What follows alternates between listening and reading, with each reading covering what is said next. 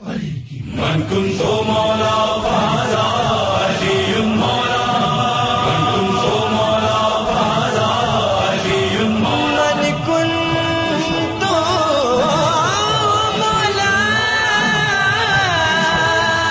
فهذا علي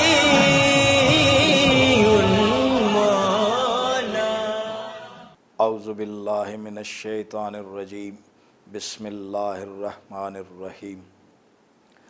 الحمد للہ رب العالمین والصلاة والسلام علی سید الانبیاء والمرسلین وعلی اہل بیتہ الطیبین الطاہرین المعصومین.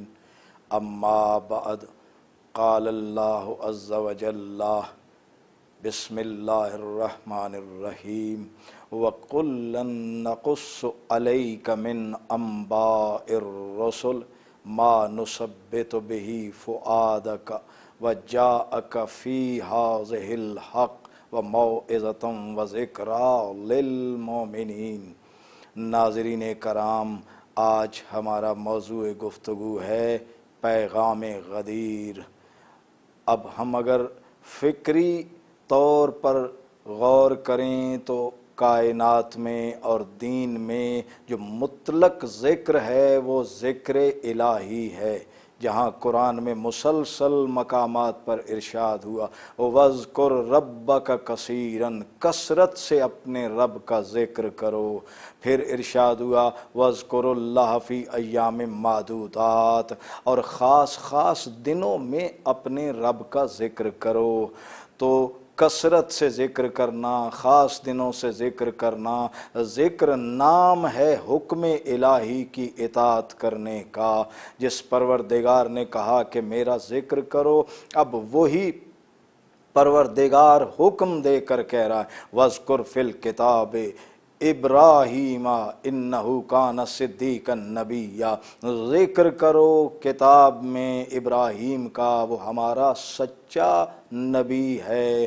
پھر ارشاد ہوا وَاذْكُرْ فِي الْكِتَابِ اسماعیل انہ کان صادق الوعد، ذکر کرو اسماعیل کا، وہ وعدہ کا وفا کرنے والا سچا نبی ہے. وَاذْكُرْ فِي الْكِتَابِ ادریس انہ کان صدیقا نبیّا، ذکر کرو کتاب میں اسماعیل کا، وہ سچا نبی ہے.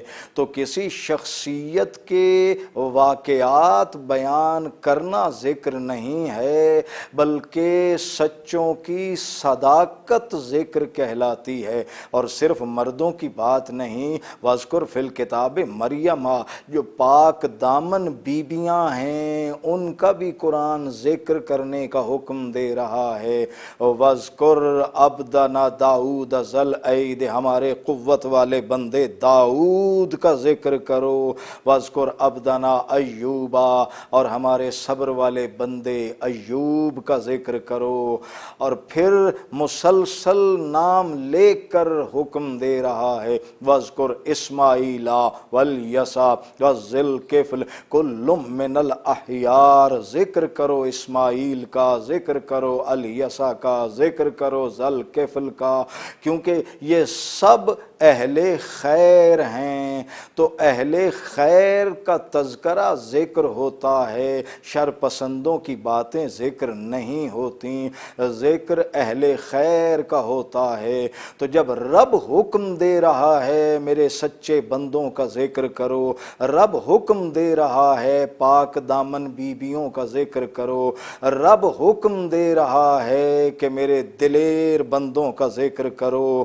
اور اب رب رسول سے کہہ رہا ہے وَكُلًّا نَقُصُّ عَلَيْكَ مِنْ أَنْبَاءِ الرُّسُلِ، حبیب میں نے تم پر اپنے رسولوں کے واقعات بیان کیے. حبیب میرے رسولوں کا ذکر کرو. اور یہ ذکر تاریخ مرتب کرنے کے لیے نہیں ہے، ذکر کی کاز بتا رہا ہے، ذکر کی علت بتا رہا ہے کہ مَا نُثَبِّتُ بِهِ فُؤَادَكَ، جب رسولوں کا ذکر کرو گے تو ان کے دل مضبوط ہو ہو جائیں گے۔ ذکر کرو ابراہیم کا، کتنا دلیر نبی ہے کہ اکیلا نمرود کے دربار میں کھڑا ہے، نہ لشکر ہے نہ سپاہ ہے، خالی ہاتھ ہے، مگر نہ ڈرتا ہے نہ جھکتا ہے۔ اس حالت میں ذکر کرو موسیٰ کا کہ اکیلا فرعون کے دربار میں کھڑا ہے، نہ لشکر ہے نہ سپاہ ہے، مگر خوف زدہ نہیں، کمپرومائز نہیں کر رہا۔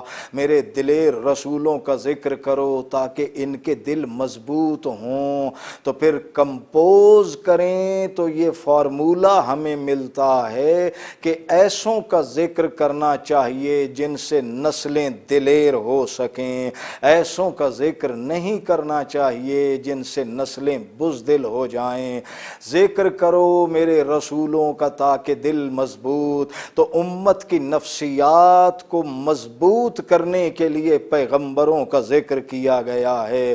انبیاء صادقین ہیں، انبیاء سچے ہیں، انبیاء دلیر ہیں، اور جہاں رب حکم دے کہ میرا ذکر کرو تو وہ ذکر عبادت ہے، رب حکم دے ابراہیم کا ذکر کرو تو وہ ذکر عبادت ہے، رب حکم دے میرے رسولوں کا ذکر کرو وَجَاءَكَ فِي هَٰذِهِ الْحَقِّ، تاکہ نبیوں کے ذکر سے انہیں حق سمجھ میں آ سکے۔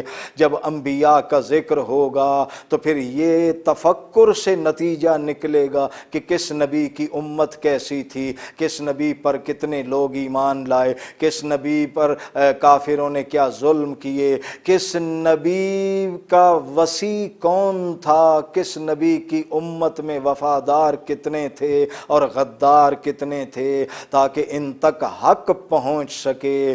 رب نے حکم دیا میرے نبیوں کا ذکر کرو، تو نبیوں کا ذکر عبادت ہے، اور اب رب اسی قرآن میں حکم دے کر کہہ رہا ہے، حکم دے کر وَاذْكُرُوا نِعْمَتَ اللَّهِ عَلَيْكُمْ وما انزل علیکم من الکتاب والحکمہ، ذکر کرو اس نعمت کا جو تم پر نازل ہوئی، اور ذکر کرو اس کتاب کا جو تم پر نازل ہوئی۔ اس کتاب اور حکمت کا ذکر، تو کتاب و حکمت قرآن، قرآن کا ذکر بھی عبادت ہے، اور نعمت کے ذکر کا بھی حکم ہے، اور جس قرآن نے نعمت کے ذکر کا حکم دیا وہی قرآن تکمیل کی منزل پر غدیر میں اعلان کر رہا ہے، الیوم اکملت لکم دینکم واتممت علیکم نعمتی، ہم نے آج تمہارا دین مکمل کر دیا،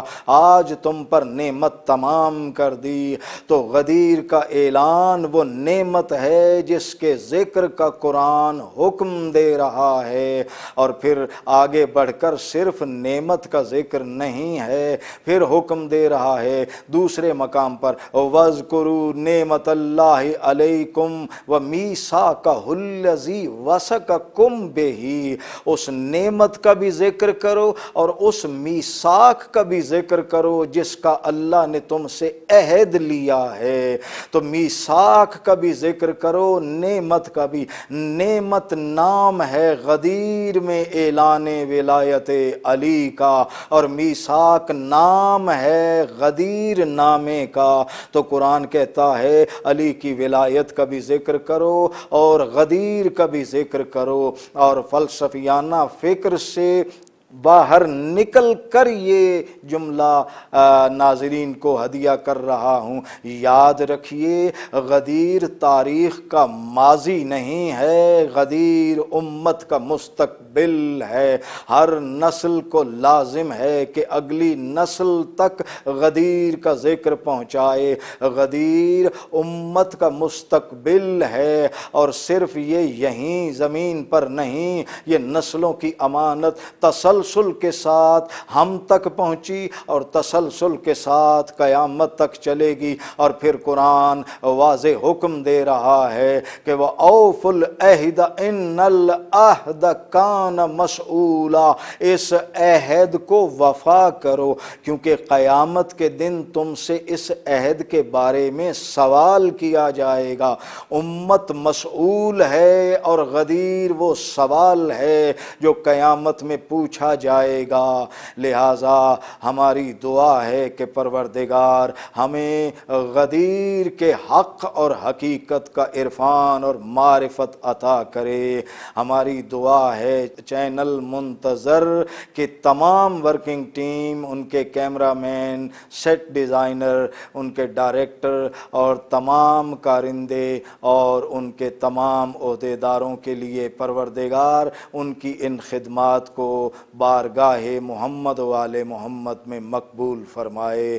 اللہم صلی علی محمد و آل محمد۔ من كنت مولا فهذا علي مولا